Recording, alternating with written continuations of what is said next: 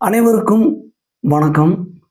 விஜய் அவர்களின் படங்கள் ரிலீஸ் ஆகுறதுக்கு முன்னாடி, முன்னோட்டம் ரிலீஸ் ஆகுறதா இருக்கட்டும், ஃபர்ஸ்ட் சிங்கிளா இருக்கட்டும், டீசரு, ட்ரெய்லரு, சாங் ஒவ்வொன்னும் ரிலீஸ் ஆகுறதா இருக்கட்டும், இது எல்லாமே வரும்பொழுது பயங்கர ஹைப்பா இருக்கும், கூஸ்பம்பா இருக்கும். ரசிகர்கள் கொண்டாடி தீர்ப்பாய்ங்க. இது தொடர்ந்து நடந்துட்டு வந்தது இதுக்கு முன்னாடி உள்ள படங்கள்லாம். படம் வெற்றி பெறுதா இல்லையா? படம் நல்லா இருக்கா இல்லையா? அதெல்லாம் 2ஆம் பட்சம். நாங்க தளபதிய பார்க்கணும்பா. வித்தியாசமான ஒரு ஒரு கெட்டப்பு, டான்ஸு, அடுத்த படங்கள்ல நாங்க கொண்டாடிட்டே தான் இருப்போம், கொண்டாடி தீர்ப்போம் அப்படின்னு சொல்லி ரசிகர்கள்லாம் கங்கணம் கட்டிட்டு இருக்கிறதுனால தான் அவரும் அரசியலுக்கு வந்தார். அப்படி இருக்கும் பொழுது, ஜனநாயகன் படத்துல அவர் ஃபர்ஸ்ட்டு சிங்கிள் வந்ததுக்கப்புறம் 1 வாரம் பயங்கர ஹைப்பா இருந்தது. இத பத்தி பேசிட்டே இருந்தாங்க சமூக வலைதளங்கள்ல. அதுக்கப்புறம் இத பத்தி பேசவே இல்லங்க. சமூக வலைதளங்கள்ல இத பத்தி பரவுறதும் குறைஞ்சிருச்சு. பார்த்தீங்கன்னா, நம்ம பார்க்கவும் முடியல அப்படின்ற ஒரு விஷயம் இருக்கு. இத பத்தி உள்ள போய் ஆராயும் பொழுதும், சமூக வலைதளங்கள்ல இத பத்தி யாராவது பேசுறாங்களா? என்ன நடக்குது அப்படின்னு நம்ம ஆவலோட தெரிஞ்சுக்கும் பொழுது நெறைய விஷயங்கள் கிடைச்சது. அதுல 2லிருந்து 3 நாட்களுக்குள்ள 12 மில்லியன் மில்லியன் பேர் பார்த்துருக்காங்க. ஆனா, அடுத்து ஒரு 10 நாட்களுக்குள்ள 15 மில்லியன் தாங்க போயிருக்கு. வெறும் 3 மில்லியன் தான் போயிருக்கு. இத மத்த படங்கள கம்பேர் பண்ணும்போது, இந்த first single Jana Nayagan first single ரொம்ப ரொம்ப கம்மி. அப்படி இருக்கும் பொழுது, இங்க என்னதான் நடந்துச்சு? அப்ப விஜய்க்கு எதிரா என்ன பண்ணியிருக்காங்களா? அப்படின்னு நம்ம அந்த கோணத்துல பார்த்தாலுமே, அரசியல் வந்ததுக்கப்புறம் அடிக்காம இருப்பாங்களா?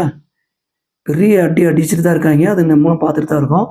இந்த கரூர் சம்பவங்களுக்கு முன்பு, கரூர் சம்பவங்களுக்கு பின்பு அப்படின்னே விஜய் அவர்களின் விஜய் அவர்களை பிரிக்கலாம் அப்படின்னு வச்சுக்கங்களேன். ஏன்னா, அதற்கு முன்னாடி பேசப்பட்ட விஷயங்கள், அதுக்கப்புறம் பேசப்பட்ட விஷயங்கள் எல்லாம் சமூக வலைதளங்களில் விஜய் அவர்களை பற்றி பெரிதாக பரப்புரை செய்யப்படவில்லை.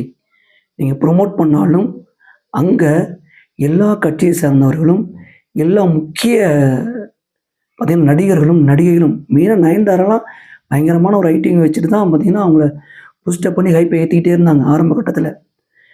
எனக்கு தெரிஞ்சு இந்த 1 வருடம் மட்டும் இல்ல. 2025 விட்டுருங்க. 2024க்கு முன்னாடியெல்லாம் பயங்கரமா விஜய் டிவிலாம் ப்ரமோஷன் ஏகப்பட்டது பண்ணிட்டு இருந்தாங்க. எல்லாம் அத குடுத்து தான் பண்ணாங்கன்னு வச்சுக்கங்களேன். அப்படி இருக்கும் பொழுது விஜய் அவர்களும் சரி, அஜித் அவர்களும் சரி, அஜித் அவர்களுக்கு ஒரு ஆள் தான் பண்றாங்க. அத கேள்விப்பட்டிருக்கோம். ஆனா விஜய் அவர்கள் அரசியல் வருகைக்குனால நெறைய பண்ணிட்டு இருந்தாங்க. ரூட் அப்படின்ற ஒரு அமைப்பும் செயல்படுகிறது. இத பார்க்கறது அவர் மேனேஜரான ஜெகதீஷ் அவர்கள் தான் பார்த்துட்டு வராரு. அப்படி இருக்கும் பொழுது எப்புட்றா இதெல்லாம் நடக்குது?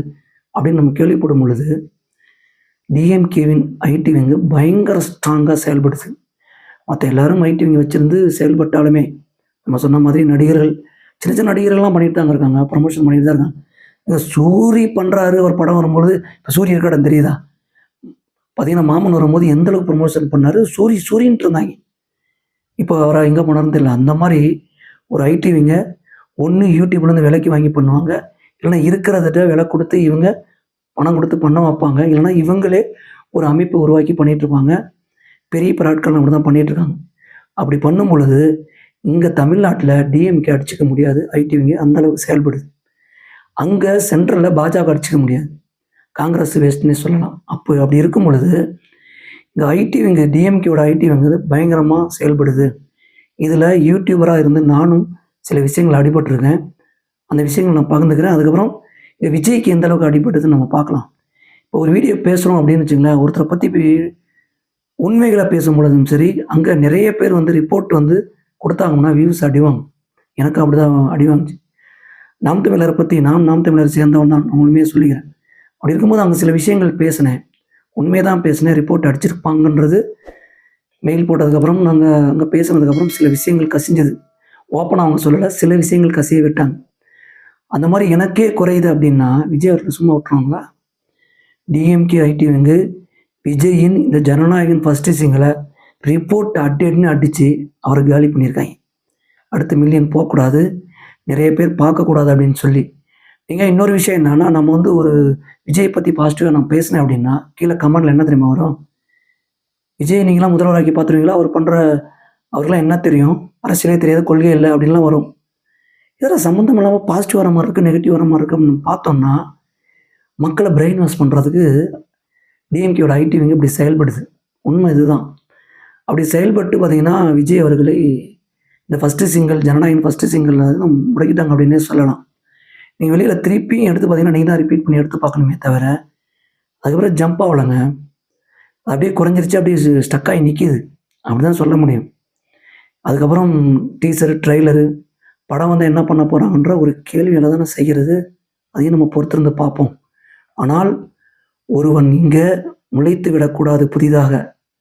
அந்த விதையை ஒன்றும் இல்லாமல் பண்ணிடுவாங்க. அழுகி போச்சுன்னா கூட உள்ள சின்னதாக இருந்தால் கூட திருப்பி வருங்க. அந்த மண் நல்லா இருந்தா.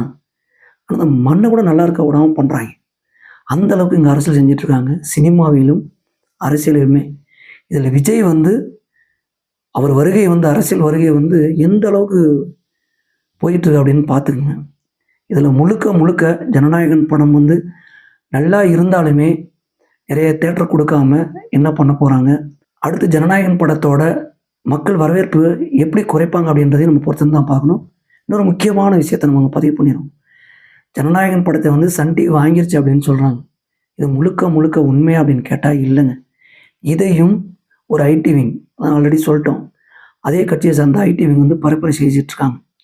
இப்போ இன்னொரு விஷயம் என்னென்னு பார்த்தீங்கன்னா, விஜய் அவர்கள் வந்து இந்த எஸ்ஐஆரை எதிர்த்து போராட்டம் நடத்துவேன்னு சொன்ன விஷயங்களை இந்த ஜென்சிக்கள் அப்படி பற்றி பேசியிருப்பார். இந்த ஜென்சிக்கெலாம் எச்சரிக்கையாக இருங்க, ரொம்ப கேர்ஃபுல்லாக இருங்க, அவங்க தான் டார்கெட் பண்ணுறாங்கன்னு.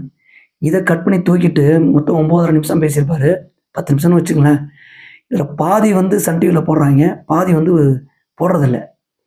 எப்படி அவங்களுக்கு சாதகமான என்ன விஷயமோ அதை போட்டுறது.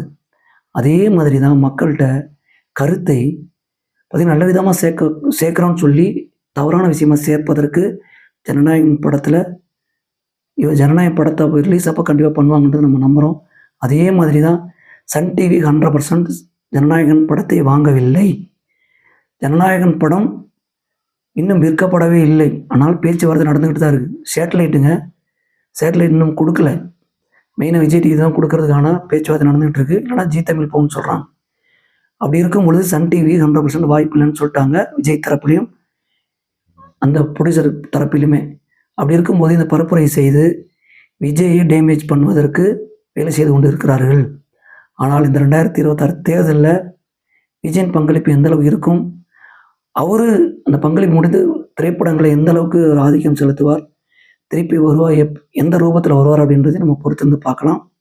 இதே மாதிரி தொடர்ந்து சினிமாவில் நடக்கும் நிகழ்வுகளையும் படத்தின் விமர்சனங்களையும் ஒவ்வொரு திரைப்படம் ரிலீஸ் ஆகும்போது அந்த படத்தின் விமர்சனங்களையும் தொடர்ந்து பேசுவோம், தொடர்ந்து அலசுவோம். தொடர்ந்து இணைந்திருங்கள். நன்றி.